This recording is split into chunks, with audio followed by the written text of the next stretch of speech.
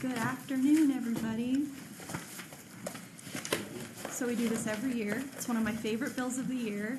It's because it's just kind of low stakes. And I know everyone does not agree this is low stakes, but I guess compared to a lot of the things we discuss here, there's different cross-partisan alliances that you see that you don't see with a lot of other legislation, so that makes it kind of fun. All in all, it kind of comes down to, are you a morning person or a night person in some ways? And so, that has a lot to do with if you prefer standard time or daylight savings time. But good afternoon, Chair Standers and fellow committee members. I'm Senator Megan Hunt, MEGAN-HUNT. I represent District 8 in Midtown Omaha, and I'm here today to present LB34, a bill to implement year-round daylight savings time in Nebraska. I was a co-sponsor of this bill as long as I've been elected, when Senator Breezy introduced it, when Senator Conrad introduced it, and I'm happy to continue their good work on the issue. My overall perspective is that I'm primarily interested with doing away with the time change in whatever way that Nebraskans and members of the legislature like most. But I'm partial to the one that I'm presenting today, daylight savings time, because I like more hours of daylight after work. I don't want to wake up early and do a bunch of work. I want to hang out after work and have fun in the daylight. LB34, is it 34? Yes. 34. Okay, thanks. LB34 would change the official time in Nebraska to remain on daylight savings time year-round. However, this change would be contingent on a federal law or policy change and the adoption of single year-round standard time by 3 adjacent states. Currently, Colorado and Wyoming have enacted laws supporting permanent daylight savings time, as this bill does, although Congress must take action for those bills to go into effect. So we need 3 surrounding states. Right now we've got Colorado and Wyoming, so if one other one does it, then this could go into effect if Congress takes action. There seems to be, from the feedback my office has gotten over the years, a large will among Nebraska voters to end the time changes, but there's a divide about which approach is better. There's all kinds of studies out there that I browsed through that show the harmful impacts of time change in general. They show the period of time following the time change. There's increases in seizures, strokes, heart attacks, workplace injuries, lost work days, decreased worker productivity. But largely, the research points to the changing of the clocks causing the problems, more so than pointing to one approach or the other being the reason for the health problems and economic problems and things like that. People with epilepsy and other conditions that cause seizures see a rise in incidence the week after the change. Heart attacks go up as well. A study that was done by the University of Michigan, the University of Colorado, and the U.S. Department of Veterans Affairs in 2014 found a 24% increase in heart attacks the Monday following the time change. And there's other studies showing the same thing. A study by Finnish researchers in 2016 found an increase in strokes up to 25% the week after the time change. Another study by the University of Colorado showed an increase in car accidents. An economist with the University of Oregon found an increase in workplace injuries. There's also a 67% increase in lost work days, according to an article in the Journal of Applied Psychology. So you can see there really is a cost to this between medical care and sick days, heart attacks, car accidents, lost productivity. That's not nothing. That's an economic cost, and it's a personal cost to Nebraskans. So I do think there is a very strong argument to be made against changing the clocks twice a year. There is research to show an increase in economic activity that could flow from going to permanent daylight savings time like my bill proposes. An extra hour of daylight during the winter months can yield extra consumer activity, extra spending, and enhance economic activity in our state, and that's good for Nebraska. I mean, a lot of us experience some depression in the winter months just from the lack of sunlight after work, and it's hard to get yourself out of the couch and go out somewhere. So if consumers had a little extra daylight to get out there and spend, do something with their friends, it's good for businesses, jobs, state revenue. As a shop owner myself, I've been a retailer for about 20 years. It would be great for us to increase foot traffic in the evening hours, because I can tell you, in 20 years of owning shops, when you get into standard time, when you get into the winter, even though it's not technically late, the shop's open till 7, between 5 and 7, no one's really coming around. And after years, 2 decades of that, I think the correlation is the sunlight. People just don't really go out the same way as they do in the spring and summer and fall.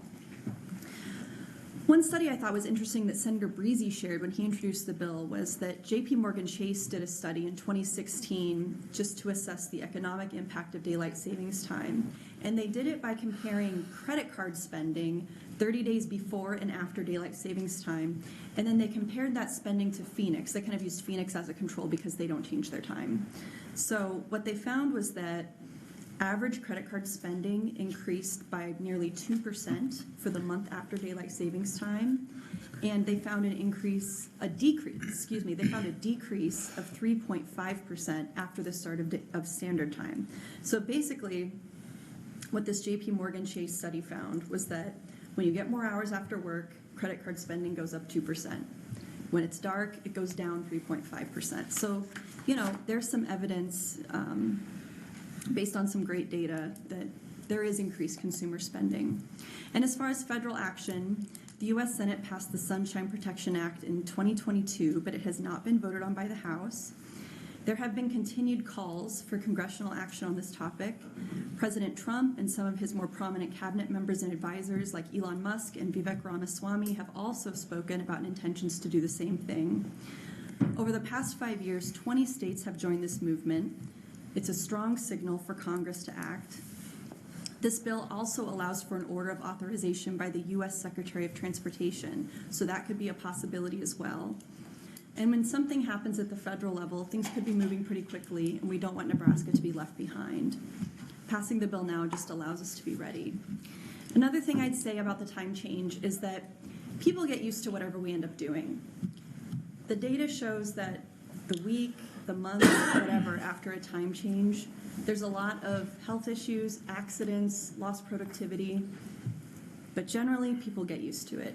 So whether we go to standard time and it's, dark at night all year long, or we go to daylight savings time, we get a little extra sunlight, people will get used to whatever thing we end up doing. There's other countries in the world that do permanent, standard time or daylight savings time, and you just get used to whatever it is you end up doing. So this is what I'm advocating for. Honestly, I'd like to just stop the madness and stop changing the clocks. And this is one of the most popular bills that I hear about every single year. So happy to answer any questions that you have. Thank you for introducing the bill. Senator Lanowski. Yeah, Husky Lanowski. Husky Lanowski. Thank you, Chair. And thank you, Senator Hunt, for your testimony. First of all, as an Army guy, I'm glad the Air Force let you guys sleep in. Very nice of them. Very nice of them. It took a long time for you to come up with that. I've been waiting. Senator Hunt, so the one thing you said is people get used to it. So as I listen to testimony on both sides, it makes me think of going to the store and not knowing if I should buy 1 cookie or 3 cookies. Maybe it's in between. Get 3 cookies, but So one place in the world, they have split this time into half. So we changed by half hour, and then everybody, or nobody, I guess, was happy. But they split that difference, and it kind of made sense to not do fully one or fully the other. Has that ever been studied, or have you seen any types of studies? I will share with you that this year, maybe a couple days ago, that was the suggestion of former Senator Erdman. So he contacted me with that brilliant idea. So you know what? If that's what the legislature wants to do, I'm on board. Okay, thank you. Split the difference with half an hour? What's that? Is that what you're saying? Split the difference with half an hour? Yes. For example, right now in Afghanistan, it's like 5 minutes till the hour rather than 25 after. Okay, sure. You just want there not to be. Stop the madness. I'm trying to keep the kids playing baseball at night. I I'm don't trying to care make the if right now golfers it's happy. 1:15 or 7:15. I'm not changing my clock. Okay, thank you, Senator. Are there any other questions for the committee? Senator Kavanaugh. I thank you, Chair. I don't know if I can follow that. So I have real trouble with the spring forward fallback understanding. So I'm just looking at it as an example. Senator, thank you for bringing this bill, by the way. So I pulled up, I think it's December 30th. Right now, sunrise is at 7:50. So under your bill, it would be at 8:50? Yes. Okay. And then yeah. sunset would be, is at 5:08, it would be at 6:08. Right. Okay. I'm just trying to, I had my staff pull up a map to share with you guys too, I do because enjoy your the map from before only showed sunrise. Now, I'm a night owl. The time of sunrise is not interesting to me. I will be asleep.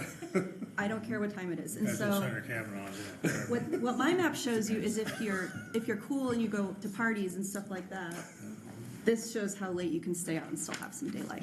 well, I'm wearing a gray suit today to demonstrate that I do enjoy having a good time. That you are cool. Yeah.